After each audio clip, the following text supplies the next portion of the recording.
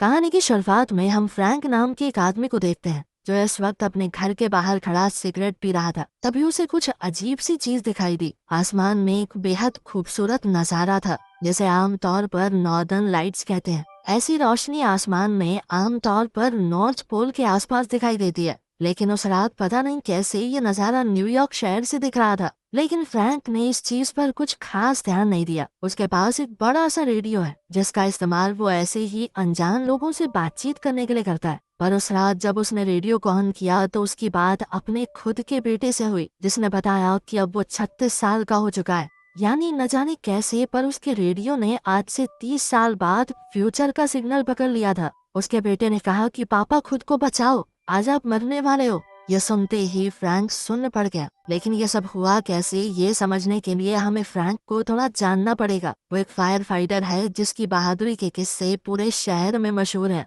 अभी 2 घंटे पहले ही पेट्रोल से भरे एक टैंकर का एक्सीडेंट हो गया था। पूरे पेट्रोल के साथ वो टैंकर एक गटर के ऊपर जाकर उलट गया। नीचे इस वक्त 2 इलेक्ट्रीशियन काम कर रहे थे। पेट्रोल नीचे टपकने लगा और बस एक छोटी सी चिंगारी से सब कुछ उड़ सकता है। तभी फायर फाइटर्स की एक टीम वहां पहुंची। उनके साथ ही फ्रैंक भी वहां आया। फ्रैंक ने अपनी जान जोखिम में डालकर दोनों इलेक्ट्रिशियंस को बचा लिया धमाका होने से सिर्फ कुछ देर पहले। फ्रैंक की बहादुरी के किस्से सुनकर कई औरतें उस पर फिदा थी, लेकिन फ्रैंक इस दुनिया में सिर्फ 2 लोगों से प्यार करता है, अपनी पत्नी जूलिया और बेटे जॉन से। जूलिया हॉस्पिटल में नर्स है जो अपने पेशेंट्स का ध्यान बिल्कुल वैसे ही रखती है मानो वो उसके परिवार का हिस्सा हो। तभी कहानी वापस वहीं पहुंची जहां से शुरुआत हुई थी। जिस रात आसमान रोशनी से भरा हुआ था और जॉन ने रेडियो चलाया, उसके ठीक 30 साल बाद आसमान में दोबारा से बिल्कुल वैसी ही रोशनी छा गई। अब जॉन का बेटा 36 साल का एक पुलिस डिटेक्टिव बन चुका है। वो मुजरिमों को पकड़ने में तो एक्सपर्ट था, लेकिन अपनी जिंदगी में थोड़ा उलझा हुआ था। उसकी गर्लफ्रेंड भी उसे छोड़कर चली गई क्योंकि वो अभी तक अपने बीते दुखों से बाहर ही नहीं आ पाया। दरअसल 30 साल पहले उसी रात को उसके पिता की मौत हो गई थी। जॉन तब सिर्फ 6 साल का था। फ्रैंक शहर के गोदाम में लगी आग को बुझाने गया था, लेकिन वापस सिर्फ उसका जला हुआ शरीर आया। उस दिन जॉन ने अपने पिता के साथ साथ सब कुछ खो दिया। 36 साल बाद आज तक उसे इस चीज का गम था। उसके घर में आज भी उसके पिता की यादें भरी हुई थी। पुरानी तस्वीरें, बेसबॉल ट्रॉफीज और वही टेबल जहां पर फ्रैंक बैठा रेडियो चलाता था। जब जॉन अपनी माँ जूलिया से मिलकर घर वापस आया तो देखा कि उसका बचपन का दोस्त गॉर्डो अपने बेटे के साथ वहां आया था। खेलते खेलते गॉर्डो के बेटे को फ्रैंक का पुराना रेडियो मिल गया। उसे देखकर जॉन के दिल में पुरानी यादें ताजा हो गई। कुछ देर बाद गॉर्डो और उसका बेटा चले गए। रेडियो अभी भी चालू था और जॉन टीवी देखने लगा। तभी उसे रेडियो से किसी की आवाज सुनाई दी, CQ15 कम इन, कोई सुन रहा है? जॉन माइक के पास गया और कहने लगा, हेलो, मैं न्यूयॉर्क शहर से बोल रहा हूँ, मेरा नाम जॉन है, आप कौन है? दूसरी तरफ से आवाज आई कि मुझे तो लगा था इस रेडियो से चाइना या जापान तक बात हो सकती है, लेकिन तू तो मेरे ही शहर से निकला। वैसे जॉन, अगर तू न्यूयॉर्क से है तो बेसबॉल मैच है कल बहुत तगड़ा, वो तो देखेगा ना? कौन सी टीम को सपोर्ट कर रहा है? ये सुनकर जॉन हैरान रह गया, क्योंकि जिस मैच की ये आदमी बात कर रहा है वो आज से 30 साल पहले हुआ था। उसने कहा कि तुम मजाक कर रहे हो क्या? मैं अब 30 साल पुराना मैच क्यों देखूंगा? कुछ पलों के लिए रेडियो बिल्कुल शांत हो गया। फिर जॉन ने कुछ अजीब सा सुना। वो आदमी अपने बेटे को कह रहा था, लिटिल चीफ। ये सुनते ही जॉन का दिल रुक गया। ये वही नाम है जिससे उसके पिता उसे बचपन में पुकारा करते थे। जॉन ने पूछा, वैसे तुम्हारा नाम क्या है? दूसरी तरफ से जवाब आया, फ्रैंक सुलिवन। यह सुनते ही जॉन का चेहरा सफेद पड़ गया। उसे लगा कि यह जरूर गॉर्डो का कोई मजाक है। उसने कहा कि गॉर्डो, ये बहुत ही बेकार जोक है, कल तुझे देख लूंगा मैं। लेकिन आवाज ने कहा, गॉर्डो मतलब मेरे पड़ोसी का लड़का? तुम्हें क्या मेरी आवाज बच्चे जैसी लग रही है? मैं सच में फ्रैंक सुलिवन बोल रहा हूँ, और तू मेरे पड़ोसी को भी जानता है, तो तू बता तू कौन है? लेकिन जॉन ने कहा कि बकवास बंद करो, फ्रैंक सुलिवन मेरे पिता का नाम है, वो 30 साल पहले मर चुके हैं। मैं उनका बेटा जॉन सुलिवन बोल रहा हूँ, उनके घर से, क्वींस, न्यूयॉर्क से। ये सुनकर दूसरी तरफ वाला आदमी बिल्कुल चुप हो गया। उसका चेहरा सामने आया और ये देखकर जॉन के होश उड़ गए। वो सच में फ्रैंक था, उसके पिता जो 30 साल पहले मर चुके हैं। ये सब जो हो रहा था किसी करिश्मे से कम नहीं। उस दिन दोनों फ्रैंक और जॉन ने एक ही समय में आसमान में वो चमक देखी थी उसका रेडियो मानो जादू से 30 साल पहले कनेक्ट हो गया था। फ्रैंक और जॉन दोनों को ही ये यकीन करना बहुत मुश्किल लगा। घबराहट में फ्रैंक ने गलती से अपनी सिगरेट टेबल पर गिरा दी। सिगरेट एक जलने वाली चीज पर गिर गई और लकड़ी में आग लग गई। लेकिन फ्रैंक ने ये देखा और तुरंत आग बुझा दी। इसी दौरान 30 साल बाद जॉन उसी टेबल पर बैठा था, उसी रेडियो के साथ। अचानक उसके टेबल पर वही जलने का निशान उभर आया। ये देखकर जॉन हैरान रह गया। अब उसे समझ में आया कि वो सच में अपने पिता से बात कर रहा है। उसने कहा कि आपने टेबल जला दी ना, मैं देख सकता हूँ। ये सुनते ही फ्रैंक के पैरों तले जमीन खिसक गई। उसे लगा जैसे कोई उसके पास ही खड़ा उसका मजाक उड़ा रहा हो। वो रेडियो में चिल्लाया, सुनो तुम कौन हो, मेरे परिवार से दूर रहो वरना हड्डियां तोड़ दूंगा, समझे। इस पर जॉन ने कहा कि उसके लिए आपको जिंदा भी रहना पड़ेगा पापा, आप मरने वाले हो। जॉन ने बताया कि कल सुबह एक गोदाम में आग लगने वाली है, आप उसे बुझाने जाओगे और वहाँ मर जाओगे। फ्रैंक ने कहा कि क्या बकवास कर रहे हो तुम, लेकिन जॉन ने अपने पिता की बात को काटते हुए कहा कि मेरी बात ध्यान से सुनिए, जब आग बुझाने जाओगे तो खिड़की वाले एग्जिट से मत निकलना, दूसरे वाले एग्जिट से निकलना, समझे, दूसरी तरफ से। फ्रैंक ने रेडियो बंद कर दिया। उसे अभी भी लग रहा था कि कोई बकवास कर रहा है उसके साथ। अगली सुबह जब फ्रैंक स्टेशन पर गया तो उसे खबर मिली कि एक गोदाम में सच में आग लग गई है। अब उसे रेडियो वाले आदमी की बात पर थोड़ा भरोसा हुआ। फ्रैंक और उसकी टीम साइड पर पहुंच गई। आग बहुत ज्यादा तेज थी। एक औरत दौड़ती हुई आई और रोते हुए कहा कि मेरी बेटी अंदर फंसी हुई है। फ्रैंक कुछ पल के लिए रुका, थोड़ा डरा हुआ कि शायद ये वही दिन है जब वो मर जाएगा। लेकिन फिर भी वो अपना फर्ज नहीं भूला। वो जैसे तैसे अंदर घुसा और ऊपर वाले फ्लोर पर पहुंचा। उसे लड़की बेहोश हालत में मिली। उसने उसे कंधे पर उठाया और खिड़की के पास ले गया। टीम सीढ़ी से वहां पहुंचने की कोशिश कर रही थी, लेकिन मैकेनिज्म फेल हो गया। तब फ्रैंक को जॉन की बात याद आई। वो तुरंत दूसरी साइड से भागा और वेंटिलेटर के रास्ते से निकल गया। अब 30 साल बाद वाले समय में जॉन एक बार में गॉर्डो और पुलिस ऑफिसर सैच के साथ बैठ गया। सैच फ्रैंक का पुराना दोस्त है। आज फ्रैंक की मौत को 30 साल बीत गए तो तीनों उसके बारे में बात कर रहे थे। जॉन अभी तक कल रात की रेडियो वाली घटना को सपना समझ रहा था। तभी अचानक उसके दिमाग में नई यादें बनने लगी, ऐसी यादें जिनके बारे में उसे कभी पता ही नहीं था। अपने पिता के साथ बिताए ऐसे पल जो उसने कभी जिए ही नहीं। अचानक ऐसी यादें उसके दिमाग में आने लगी मानो वो अपने पिता के साथ स्कूल जा रहा हो, साथ में खेल रहा हो, मानो फ्रैंक कभी मरा ही नहीं। अचानक जॉन के हाथ से ग्लास गिर गया। वो बोला कि मेरे पिता आग में नहीं मरे थे 30 साल पहले। ये सुनकर गॉर्डो और सैच हैरान हो गए। गॉर्डो ने कहा कि हाँ, हम जानते हैं, तुम्हारे पिता कैंसर से मरे थे 10 साल पहले। जॉन हैरान हो गया और फिर मुस्कुराया। उसे समझ में आया कि उसने सच में अपने पिता से बात की थी और फ्रैंक ने उसकी बात मान ली, इसीलिए वो आग से बच गया। अब उसके जहन में एक नई याद उभर आई। फ्रैंक एक चेन स्मोकर था। एक सिगरेट बुझती नहीं थी कि तभी दूसरी जला लेता। उसकी इसी आदत ने उसे आगे चलकर कैंसर दिया। बीते समय में फ्रैंक जलती हुई बिल्डिंग से लड़की को बचाकर निकला। उसे पता चला कि उसी कमरे में एक बड़ा धमाका हुआ है जहाँ वो पहले खड़ा था। अगर वो वहाँ होता तो आज मारा जाता।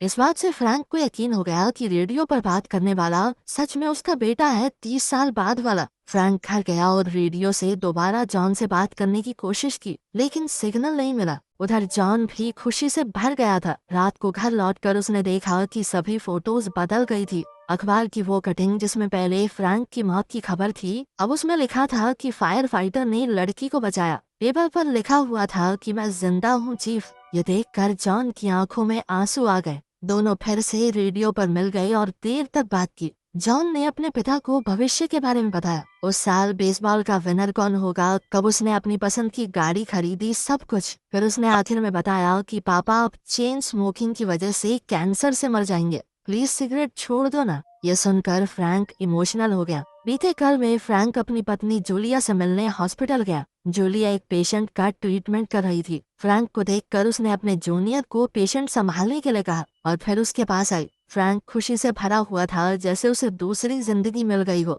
जब वो बात कर रहे थे, जूलिया ने देखा कि उसका जूनियर गलत दवाई देने जा रहा है। उसने दौड़कर उसे रोका और पेशेंट की जान बच गई। फ्रैंक ने उसे अपना प्यार जताया और घर लौट गया। इधर बड़ा जॉन सो रहा था जब उसे एक अजीब सा सपना आया। उस सपने में उनके परिवार का कोई सदस्य मर गया था और अब उनका अंतिम संस्कार चल रहा था। छोटा जॉन एक कोने में बैठा डरा हुआ रो रहा था। तभी उसे अपनी माँ का लॉकेट दिखा। ये देखते ही जॉन अचानक से उठ गया, पसीने से भीगा हुआ। पर सबसे अजीब बात ये थी कि वो ये सपना भूला नहीं। हर चेहरा हर पल उसके दिमाग में वैसा का वैसा रहा, मानो यह सपना नहीं उसकी कोई याद हो। घबरा कर जॉन ने अपनी माँ को फोन किया, पर एक अजीब औरत ने फोन उठाया। उसने फिर से कॉल किया, पर दोबारा से वही हुआ। जॉन ने सोचा कि शायद कोई नेटवर्क में दिक्कत होगी। इसके बाद वो तैयार हुआ अपनी गर्लफ्रेंड समैंथा से मिलने के लिए। अब जब उसके पिता ठीक हैं, उसके दिल का बोझ हल्का हो गया था, तो वो माफी मांगना चाहता था उससे। पर जैसे ही उसने समैंथा को देखा, उसने उसे पहचाना ही नहीं,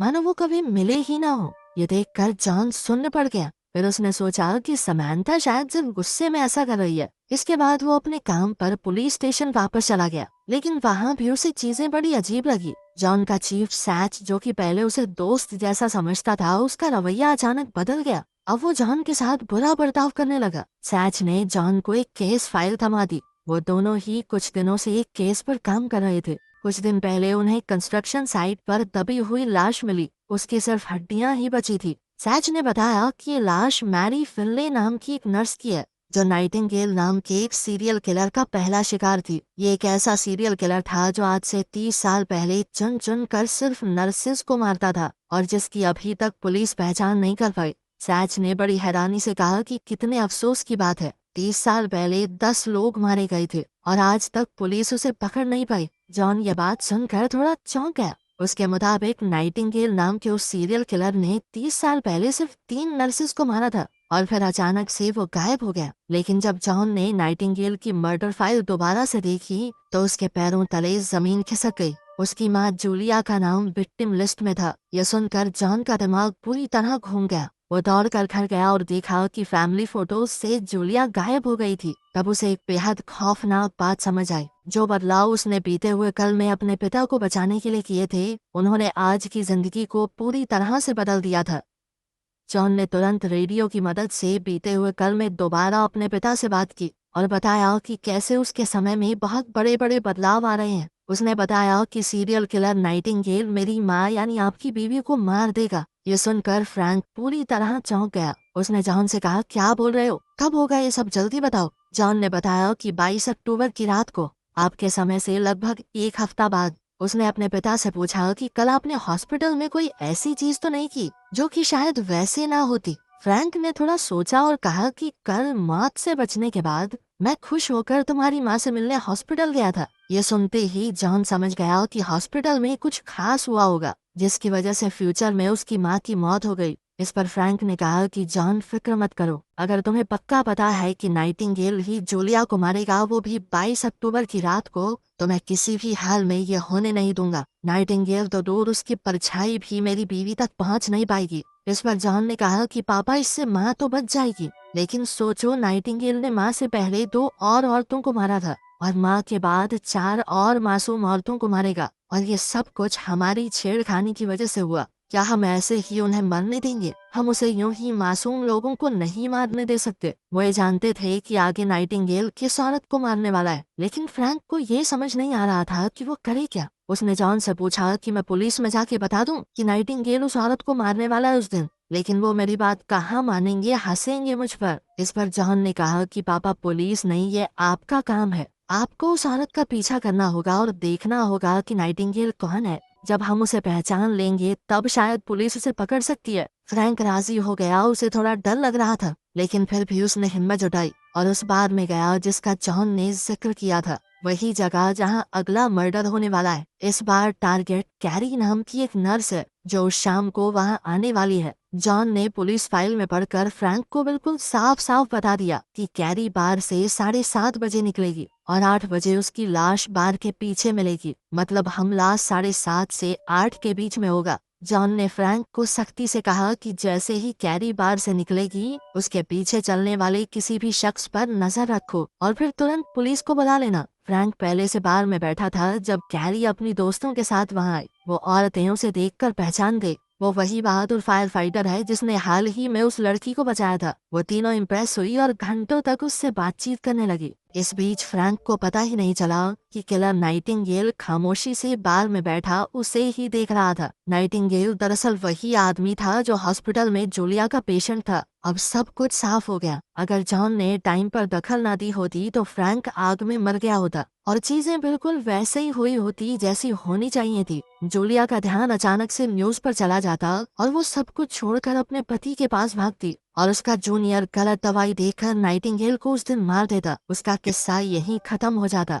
लेकिन अब वो आदमी बच गया। फ्रैंक जिंदा रहा। जूलिया हॉस्पिटल छोड़कर नहीं गई। फ्रैंक उसी वक्त उससे मिलने चला गया। इससे पहले कि वो डॉक्टर गलती करता, जूलिया ने उसे रोक दिया। यहीं से सारी मुसीबत शुरू हुई। नाइटिंगेल जिंदा बच गया और नर्सेस को मारना जारी रखा। लेकिन आज फ्रैंक ने अनजाने में नाइटिंगेल का प्लान खराब कर दिया। उसने कैरी को मारने नहीं दिया, इसलिए फ्यूचर में कैरी की केस फाइल पुलिस रिकॉर्ड से गायब हो गई। जॉन इस बात से बेहद खुश हुआ, लेकिन अभी तक नाइटिंगेल का पता नहीं चल पाया था।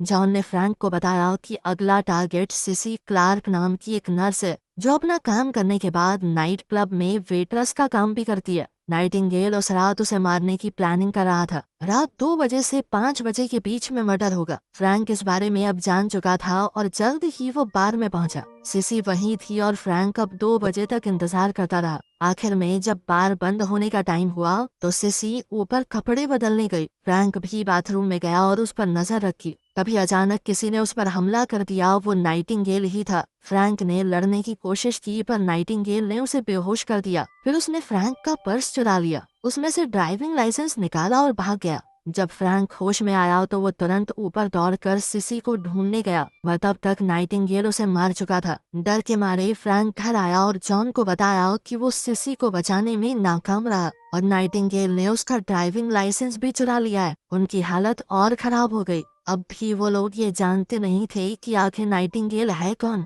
लेकिन अब नाइटिंगेल फ्रैंक के बारे में सब कुछ जानता है और अब वो जूलिया और छोटे जॉन तक भी पहुंच सकता है। फ्रैंक डर गया, लेकिन जॉन ने उसे हौसला दिया। कुछ देर सोचने के बाद जॉन ने अचानक कहा, पापा अगर नाइटिंगेल ने आपके वॉलेट को छुआ है तो उसके फिंगरप्रिंट उस पर आ गए होंगे। अब ध्यान से सुनो, अपने पर्स को किसी खास जगह पर छुपा दो, ऐसी जगह जहां आने वाले 30 साल तक कोई उसे हाथ न लगा सके। फ्रैंक ने बिल्कुल वैसा ही किया। उसने अपने पर्स को एक पैकेट में बंद कर दिया और संभाल कर घर की खिड़की के पास एक पुराने लकड़ी के डब्बे में छुपा दिया। फिर 30 साल बाद बड़े जॉन ने वही डब्बा खोला और पर्स बिल्कुल सही सलामत वहीं पड़ा था। जॉन ने खुशी से रेडियो पर फ्रैंक को बताया कि पापा आप चिंता मत करो, मैं पता लगाता हूँ कि आखिर नाइटिंगेल कौन है। जॉन तुरंत वॉलेट लेकर पुलिस स्टेशन गया और फिंगरप्रिंट्स की जांच करवाई, लेकिन उसका रिजल्ट देखकर सबके होश उड़ गए। नाइटिंगेल कोई आम आदमी नहीं है, वो एक रिटायर्ड पुलिस वाला है जिसका नाम है जैक शेपर्ड। जॉन ने जैक को ढूंढ लिया, जो अभी भी जिंदा है और एक इज्जत भरी जिंदगी जी रहा है। अपने सारे पुराने कच्चे चिट्ठे छुपाकर जॉन ने उससे बात की और नाइटिंगेल के बारे में पूरी जानकारी लेने की कोशिश की। फिर वो घर गया और रेडियो के जरिए फ्रैंक से बात की। उसने फ्रैंक को बताया कि नाइटिंगेल का असली नाम जैक शेपर्ड है और वो एक पुलिस वाला था। जॉन ने सलाह दी कि पापा आप एक पब्लिक फोन से FBI को कॉल करो और उन्हें बताओ कि जैक वही सीरियल किलर है जिसके हाथ से सारी नर्सेज मारी गई हैं और हर एक खून के बाद वो उनके पास से कोई ना कोई चीज रखता है, जैसे कोई लॉकेट या फिर कोई गहना। जॉन को उम्मीद है कि जब FBI जैक के घर पर रेड करेगी तो उन्हें सारे सबूत मिल जाएंगे और जैक हमेशा के लिए जेल चला जाएगा। लेकिन किस्मत उनके साथ नहीं थी। फ्रैंक कुछ कर पाता उससे पहले ही पुलिस चीफ सैच उसके घर पहुंच गया।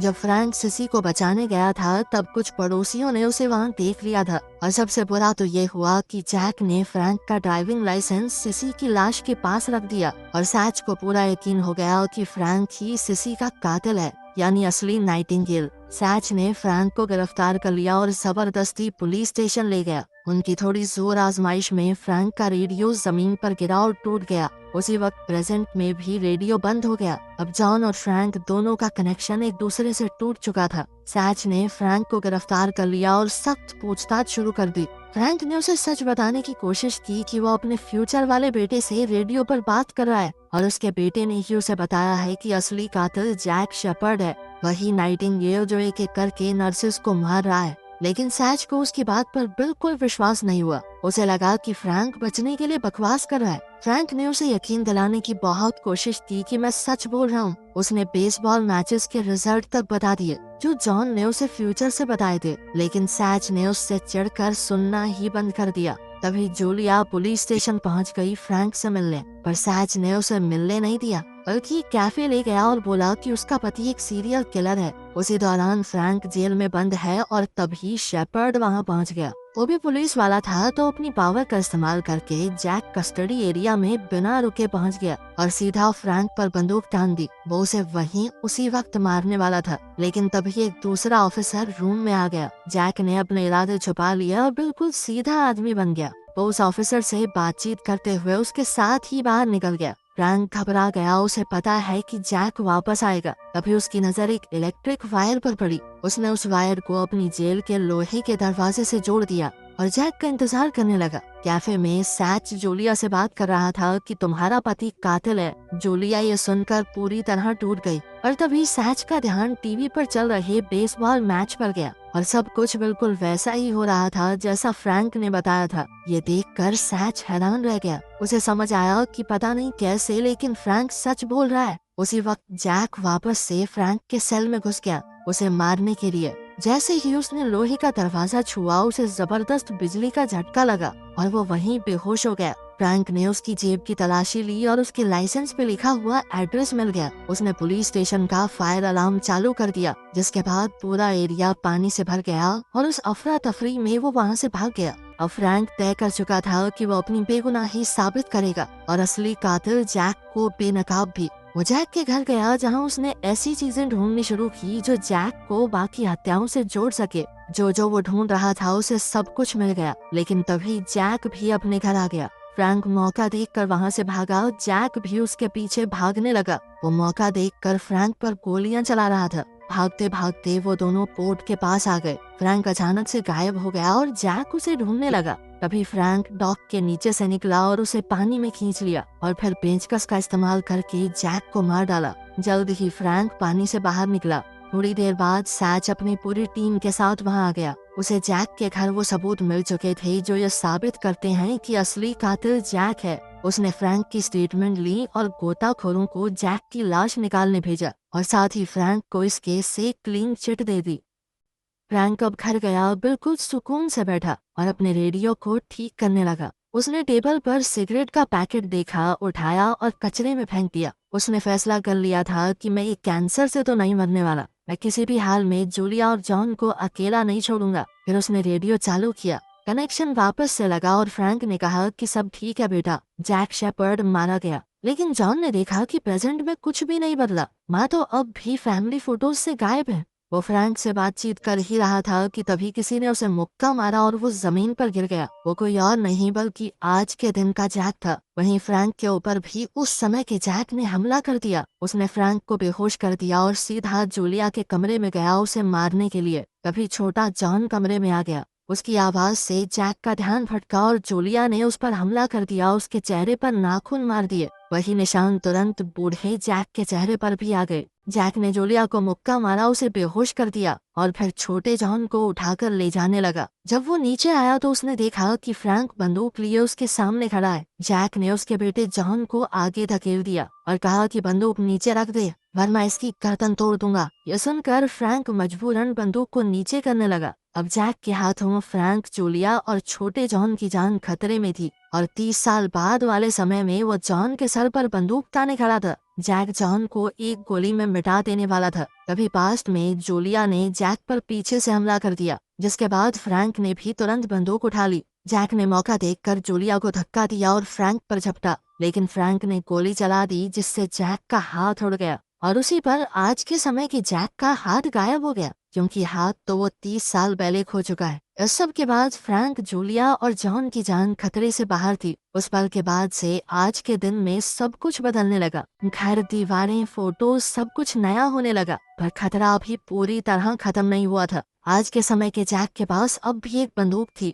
उसने जॉन पर निशाना लगाया, पर किसी ने पहले ही गोली चला दी, जिसके बाद जैक हमेशा के लिए खत्म हो गया। गोली चलाने वाला कोई और नहीं बल्कि फ्रैंक है, जॉन का बाप। आखिरकार फ्रैंक इस समय में भी जिंदा है और साथ ही जूलिया भी जॉन की गर्लफ्रेंड समैंथा वापस उसकी जिंदगी में आ गई, शुरुआत में एक अजनबी के रूप में, लेकिन बाद में दोनों ने शादी कर ली और उनका एक प्यारा सा बेटा हुआ। वीडियो पसंद आए तो लाइक कर देना, चैनल को सब्सक्राइब कर लेना। मिलते हैं अगले वीडियो में।